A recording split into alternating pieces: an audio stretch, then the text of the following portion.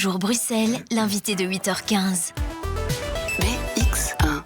Voilà, notre invité c'est Giovanni Bordonaro, le nouveau président du PTB en région bruxelloise. Bonjour Giovanni Bordonaro. Bonjour. Merci d'être avec nous. Un appel aux forces de gauche lancé par Raoul Edebo lors des vœux du PTB, c'était il y a 2 jours. C'est de la com ou vous avez vraiment envie de monter dans des majorités ? Non, c'est pas que de la com. Je pense qu'il y a vraiment une volonté au niveau du PTB de vouloir vraiment changer les choses. On est un parti maintenant, qu'on est un parti sérieux, on est un parti de propositions concrètes.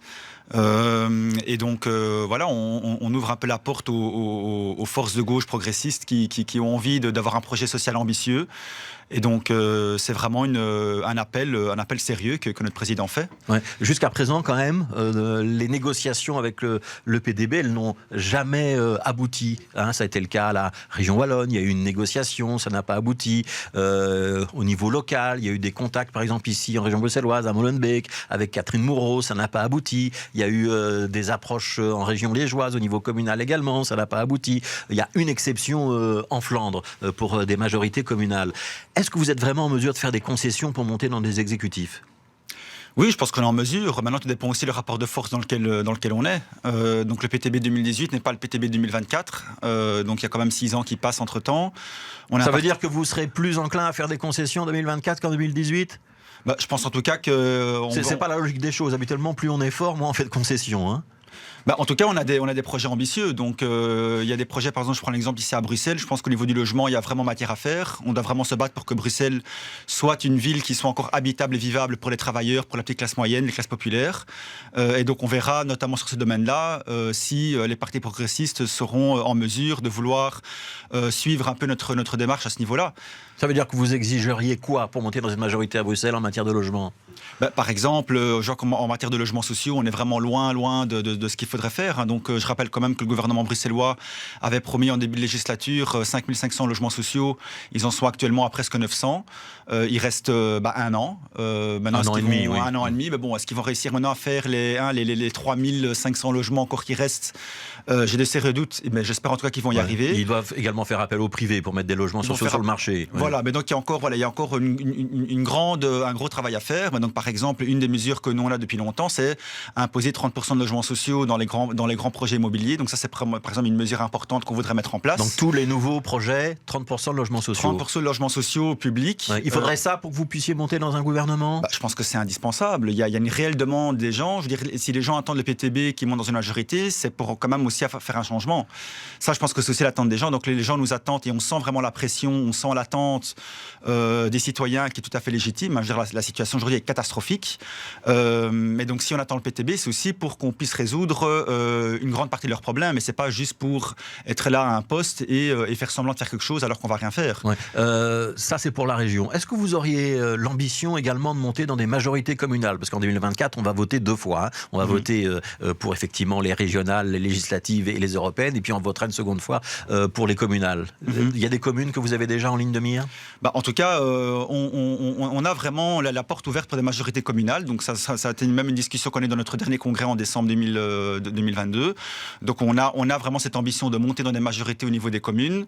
Alors il est clair que si on monte, ce sont dans des communes plutôt populaires. Là, on est bien présent, bien ancré. Donc je prends quelques exemples. Par exemple, on a Molenbeek, on a Anderlecht, Bruxelles-Ville, Saint-Gilles, Forêt. Donc c'est des communes où on est bien ancré. Et c'est là où l'attente de la population est la plus importante vis-à-vis du PTB. Maintenant, c'est aussi voir qui on a en face de nous et comment vont être les négociations, qu'est-ce qu'on va pouvoir faire. Ouais. Avec quel parti vous pourriez négocier ? En tout cas, ce sera des partis, je pense, progressistes, pas avec le MR. Ça, je pense que c'est assez clair. Donc, il n'y aura jamais une majorité MR-PTB en région bruxelloise ? En tout cas, je vois ça très difficilement faisable. Ouais.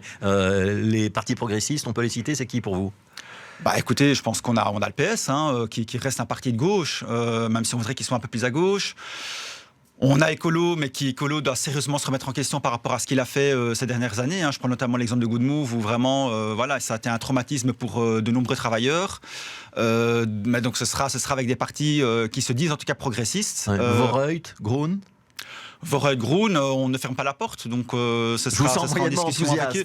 C'est parce qu'on voit ce qui se fait aujourd'hui. Je prends l'exemple notamment de Good Move avec Écolo. Je veux dire, il faut clairement se remettre en question et changer la façon de faire de la politique. Donc nous, on a envie de travailler différemment avec les gens. On veut vraiment impliquer les gens dans les projets, avec de réelles concertations, des vrais moments collectifs. On veut se battre aux côtés des gens.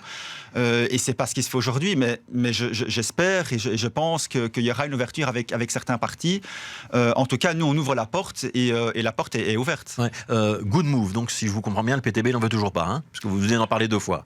Écoutez, un plan qui impose quelque chose aux gens sans les concerter et qui pense qu'en bloquant la voiture dans des quartiers, en créant des mailles, on va résoudre le problème de la mobilité et on pense que les gens d'eux-mêmes vont se débarrasser de leur voiture, je pense que c'est complètement idéaliste. Giovanni Bordano, est-ce que c'est pas un petit peu paradoxal de ne pas vouloir de Good Move quand on sait qu'un Bruxellois sur 2 n'a pas de voiture, et notamment dans les ménages modestes qui sont théoriquement dans l'électorat, et que la pollution à Bruxelles, ça provoque 500 morts par an.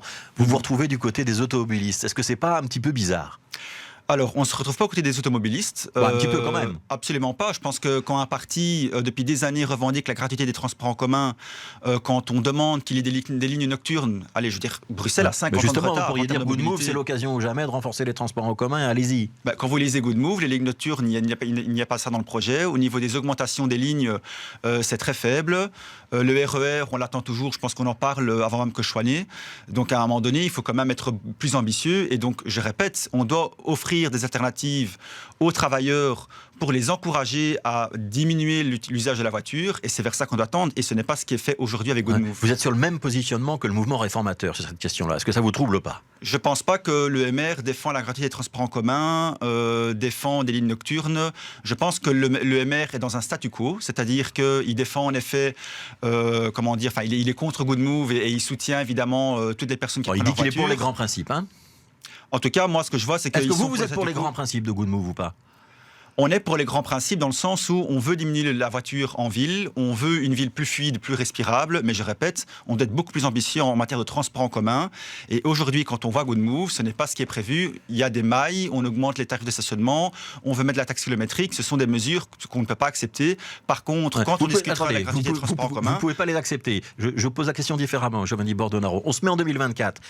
On imagine que vous avez fait un bon score aux élections, que vous êtes en position de négocier pour une entrée dans un gouvernement bruxellois. Est-ce que pour rentrer dans la majorité, vous allez exiger le retrait de Good Move ? Est-ce que pour rentrer dans la majorité, vous allez dire Smart Move, on ne doit pas le faire ? En tout cas, la taxe kilométrique, ce sera sans nous. Donc Smart Move, ce sera sans vous. Smart Move, ce sera sans nous. Même si ça remplace la taxe de circulation et que pour certains, ça peut être plus avantageux s'ils utilisent peu leur voiture. Mais en effet, parce que c'est une taxe qui est déguisée. Je veux dire, le but de Smart Move, de la taxe kilométrique, c'est de prendre plus d'argent chez les travailleurs. Et donc, chez ceux qui utilisent beaucoup leur voiture. Chez ceux qui utilisent la voiture ou qui, objectivement, ont besoin de leur voiture parce qu'ils n'ont pas d'autre alternative. Et donc, nous voulons aider les gens à laisser leur voiture de côté. Et s'il y a une exemption, par exemple, parce qu'on a une petite voiture et qu'on a des petits revenus, ça c'est possible ou pas ?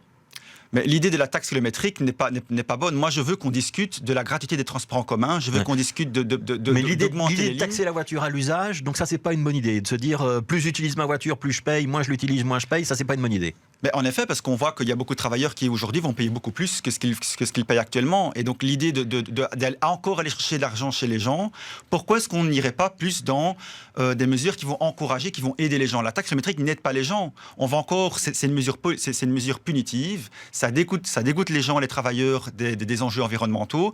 Et donc, on doit venir avec des mesures positives et pas toujours venir avec des mesures punitives. Est-ce qu'il faut retirer Good Move pour que le PTB puisse monter dans une majorité à Bruxelles ou pas ? Mais en tout cas, on doit revoir les principes de Good Move. Donc, sur papier, Good Move est bon. Je veux dire, quand on lit qu'il faut diminuer le trafic automobile, quand on veut rendre la ville plus fluide, améliorer l'espace public, on est évidemment pour ces principes. Évidemment.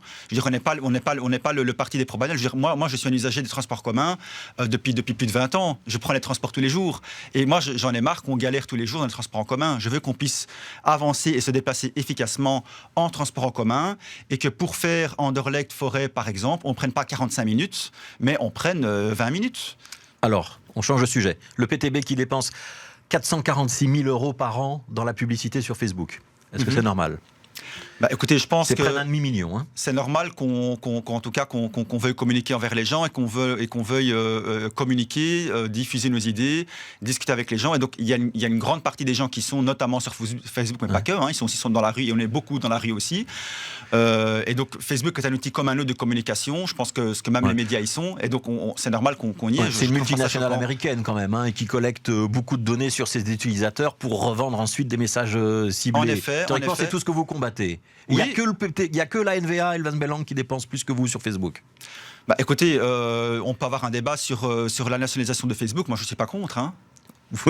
On peut reprendre l'outil au niveau du public, j'ai aucun souci. Mais aujourd'hui, il y a des outils qui sont là, qui sont performants. Mais donc vous êtes prêt à utiliser les outils du capitalisme quand ils marchent bien?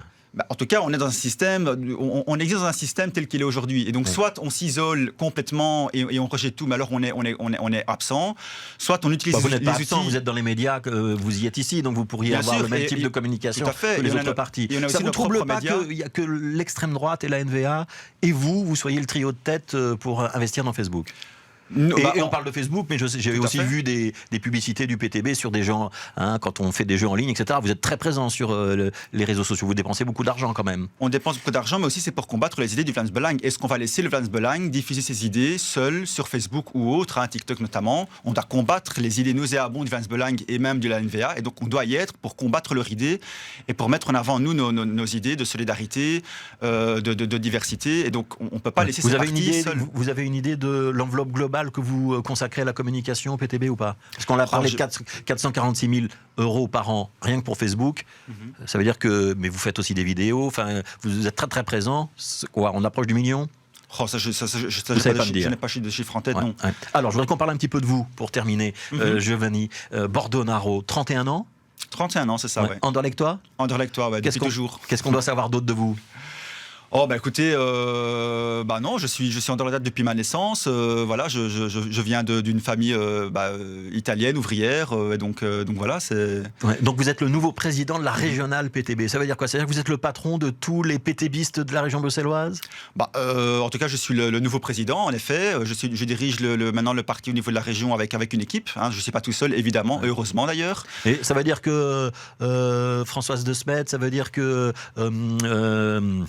Youssef Andichy, les députés bruxellois, ça veut dire que les conseillers communaux, ils doivent maintenant avoir affaire à vous avant de s'exprimer, avant de prendre une décision, avant de passer au vote? En tout cas, on discute ensemble de la ligne politique. Donc, en effet, on travaille ensemble. Oui, tout à fait. Je suis entre autres la personne qui va aussi aider à orienter le parti maintenant dans les années à venir. Ouais, donc vous êtes le Raoul Edebeau de Bruxelles.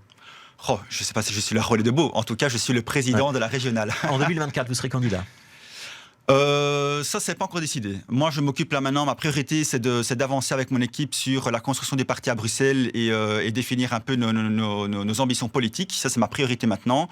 2024, les discussions doivent encore avoir lieu. Ouais. Et si vous avez le choix, vous serez candidat où? À la région? À la commune d'Anderlecht? Aux deux? Écoute, à la région, je pense que ça va être compliqué. Ma priorité, c'est diriger la région au niveau du parti. Au niveau local. Ça veut dire que vous n'avez pas l'ambition d'être tête de liste aux élections régionales? Écoutez, je pense que d'autres personnes feront ça mieux que moi. Les discussions doivent encore avoir lieu, donc je n'ai pas de réponse à maintenant à donner aujourd'hui. Ouais. Et aux législatives, vous avez envie de siéger au Parlement bruxellois? Au Parlement fédéral? Je pense que diriger le PTB à Bruxelles est déjà un gros défi et je vais me concentrer là-dessus. Et donc, a priori, on ne vous verra pas sur ces listes-là, on vous verra plutôt sur la liste à la commune d'Anderlecht, j'ai bien compris? Ça doit encore être discuté, rien n'est sûr pour l'instant. Ouais. Vous présenterez des listes partout au communal à Bruxelles en 2024? En tout cas, on déposera l'ambition de déposer plus de listes que ce qu'on a fait en 2018. Ouais. Et avec du personnel un peu plus stable et fiable, on a vu qu'à Bruxelles, il y a la moitié du groupe PTB qui a quitté le PTB dans le courant de la législature à la ville de Bruxelles. Ça veut dire que c'est des choses sur lesquelles vous allez être attentif en 2024? C'est une attention sur laquelle on va être attentif, en effet, et nos principes, en tout cas, ne changeront pas. Ça veut dire? Les principes? Ça veut dire qu'on est au service on est là pour servir les gens et pas se servir. Ça, je pense que c'est un principe important et les gens nous attendent là-dessus aussi. Et là-dessus, voilà, on sera en effet intransigeant. Ouais. Merci Giovanni Bordeaux-Naro, merci d'avoir été avec nous. Donc élu président de la régionale bruxelloise du PTB en décembre. Première interview en radio? En direct? Non, c'est la deuxième. C'est la deuxième maintenant. Ouais, voilà. Merci d'être passé dans le studio de BX1. Giovanni Bordonaro, donc président du PTB bruxellois, et qui annonce que son parti est prêt à monter dans des majorités en 2024, mais un certain nombre de coalitions. Merci d'avoir été avec nous.